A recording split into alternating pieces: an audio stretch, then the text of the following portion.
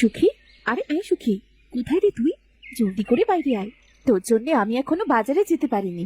এখন জলদি করে চল তো, বাজারে গিয়ে শাকগুলো বিক্রি করে আসি। আরে দুঃখী, তুই তুই দেখছি অনেকগুলো শাক কুড়িয়েছিস। হ্যাঁ রে, এখন চল বাজারে যাব। বাজারে গিয়ে শাকগুলো আবার বিক্রি করতে হবে তো। মা খুব অসুস্থ রে, আজ আমি কোনো শাক কুড়াতে পারিনি। এখন বাজারে গিয়ে যে কি বিক্রি করবো বল? আজ তুই একাই শাক বিক্রি করতে চাস, আমি না হয় কাল যাবো এখন। আরে থাম তো, তোকে আর কষ্ট করে শাক কুড়াতে হবে না। তুই বরং আমার থেকে অর্ধেক শাক নিয়ে বিক্রি করিস। এরপর যা বিক্রি করবি সেখান থেকে তুই আর আমি অর্ধেক করে টাকা ভাগ করে নিব, বুঝলি? আরে এটা তো দারুণ বুদ্ধি, কিন্তু তুই তো এত শাক একাই কুড়িয়েছিস। তাতে কি হয়েছে? আমরা তো ভালো বন্ধু, তাই না? বন্ধুর সাহায্য তো বন্ধুরই করা উচিত। এখন চল আমরা বাজারের দিকে যাই, আর দুজন মিলে একসাথে শাক বিক্রি করি। আচ্ছা ঠিক আছে, চল তাহলে এখনই তোর সাথে বাজারে যাচ্ছি, চল।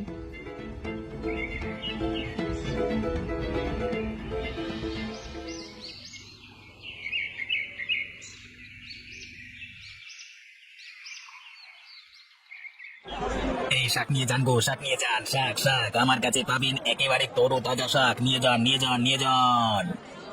এই যে দাদা, আপনার শাকের আটির দাম কত করে? এক মুঠো শাকের আটির দাম মাত্র 10 টাকা। আর আপনি যদি 2 মুঠো শাকের আটি নেন, তাহলে আমি দাম কমিয়ে রাখবো। এক মুঠোর দাম 10 টাকা, আর 2 মুঠোর দাম 15 টাকা। কাল আমি ছোট ছোট বাচ্চাগুলোর কাছ থেকে 5 টাকা করে শাকের আটি কিনেছি, আর আপনি কিনা আজ 10 টাকা করে যাচ্ছেন? না না, আমার শাকের কোনো প্রয়োজন নেই, আমি অন্য দোকানে যাচ্ছি।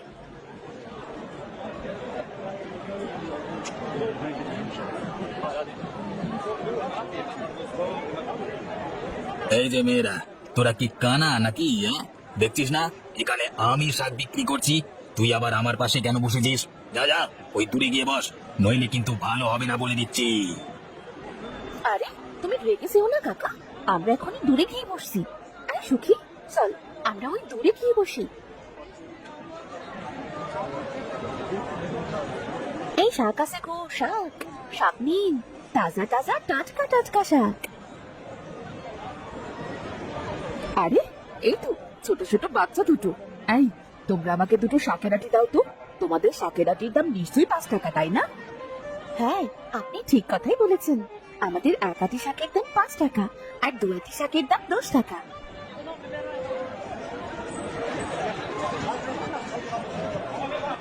ওই হতচ্ছাড়া মেয়ে দুটোর কারণে তো আমার ব্যবসায় লাল বাতি চলে যাবে দেখছি। ওদের কারণে দেখছি আমি একদিনও বেশি দামে শাক বিক্রি করতে পারছি না। না না, ওদের একটা ব্যবস্থা আমাকে করতেই হবে, নইলে যে আমার ব্যবসা লাটে উঠে যাবে। এই সুখী দুঃখীর জন্য দেখছি আমি আর ব্যবসা করতে পারবো না। যে করি হোক, ওদের এই ব্যবসা আমাকে আগে বন্ধ করতেই হবে, তাহলে আমি একাই বাজারে এই শাকের ব্যবসা করতে পারবো। যাই, আর দেরি না করে এখনই কাজে লেগে পড়ি। যেভাবেই হোক সুখী আর দুঃখীকে আমার পথ থেকে সরাতেই হবে। ওরা হলো আমার পথের কাঁটা, যেভাবেই হোক এই কাঁটা আমাকে উপড়ে ফেলতেই হবে।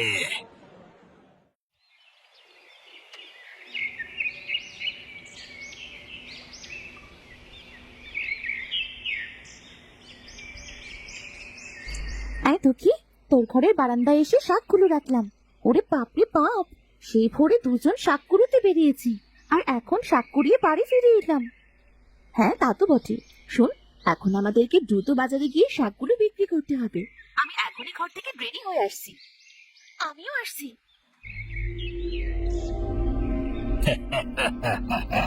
ওই তো সুখী দুঃখীর শাকের আটি। ওদের এই শাকের জন্য আমি বাজারে ঠিক মতো বেশি দামে শাক বিক্রি করতে পারি না। আজ আমি ওদের শাক চুরি করে নিয়ে যাব, তাহলে ওরা আর বাজারে শাক বিক্রি করতে পারবে না। এরপরে বাজারে শুধু আমি একাই বেশি দামে শাক বিক্রি করব। যাই, আর দেরি না করে এখনই ওদের শাকের আটিগুলো চুরি করে পালাই। এতে করে না থাকবে বাঁশ, আর না বাজবে বাঁশি।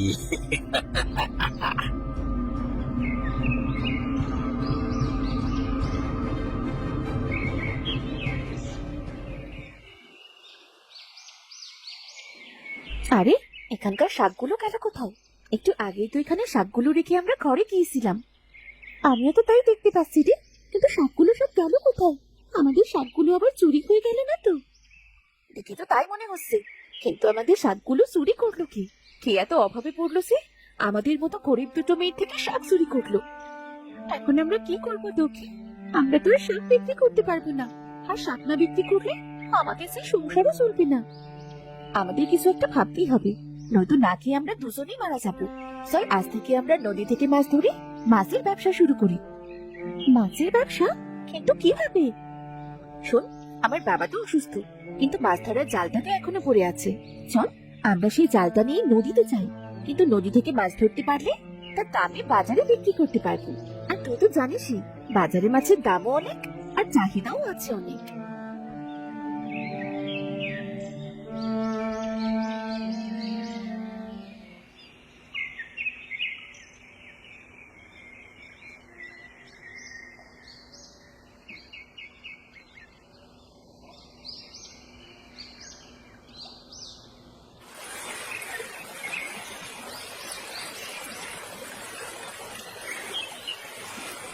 আরে সুখী, দেখ দেখ কতগুলো মাছ ধরেছি।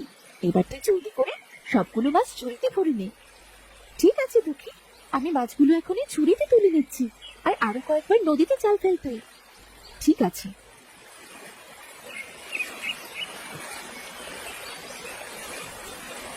অনেকগুলো মাছ তো ধরেছি, মাছে যে একেবারে ঝুড়িতে ভরে গেছে। এবার জলদি করে চল, মাছগুলো সব তাজা থাকতে থাকতে আমরা বাজারে বিক্রি করি। হ্যাঁ রে সুখী, তুই ঠিক কথাই বলেছিস। এবার চল আমরা বাজারে গিয়ে মাছগুলো বিক্রি করে আসি।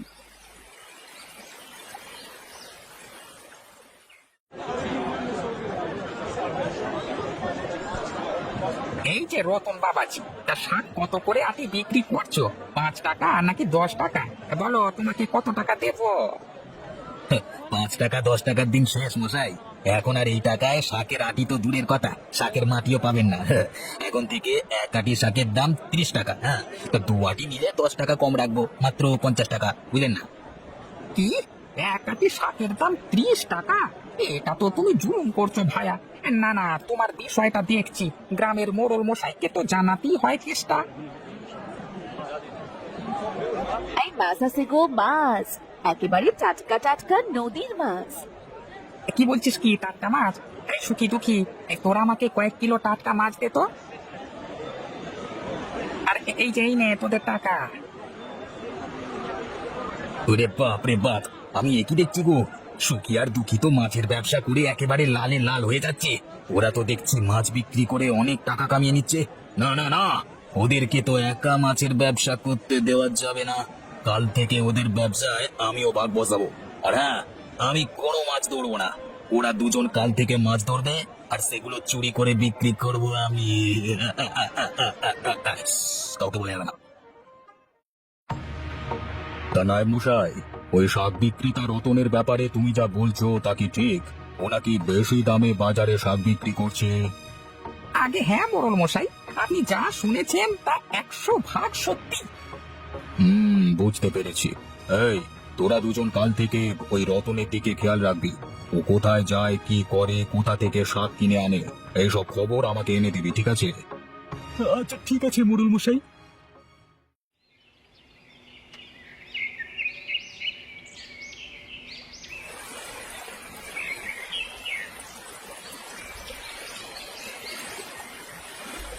এই সুখী, আর দেরি করিস না, এবার জলদি করে মাছগুলো তুলে ঝুড়িতে তুলে নে। আজ আমাদের দুটো ঝুড়ি ভরে মাছ ধরতে হবে যে। ঠিক আছে দুঃখী, আমি মাছগুলো ঝুড়িতে তুলে রাখছি। তুই নদীতে জাল ফেলে আরো অনেক মাছ ধরতে থাক।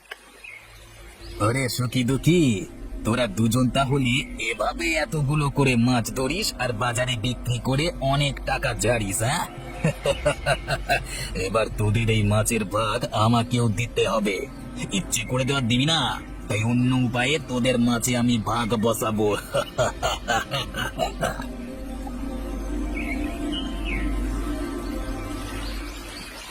আর এই কি, আমাদের ঝুড়ি ভর্তি আর একটা মাছের ঝুড়ি কোথায় গেল? এই যে, এই রতন তোমাদের দুজনের মাছের ঝুড়ি চুরি করেছিল। আমার লোকেরা ওকে হাতে নাতে ধরেছে। মোড়ল মশাই, মোড়ল মশাই আমাকে মাফ করে দিন। মোড়ল মশাই, সুখী দুঃখী, তোরা আমাকে ক্ষমা করে দে রে, ক্ষমা করে দে না। ক্ষমা চা করার মোড়ল মশাই করবে, তুমি তোমার কৃতকর্মের শাস্তি পাবে।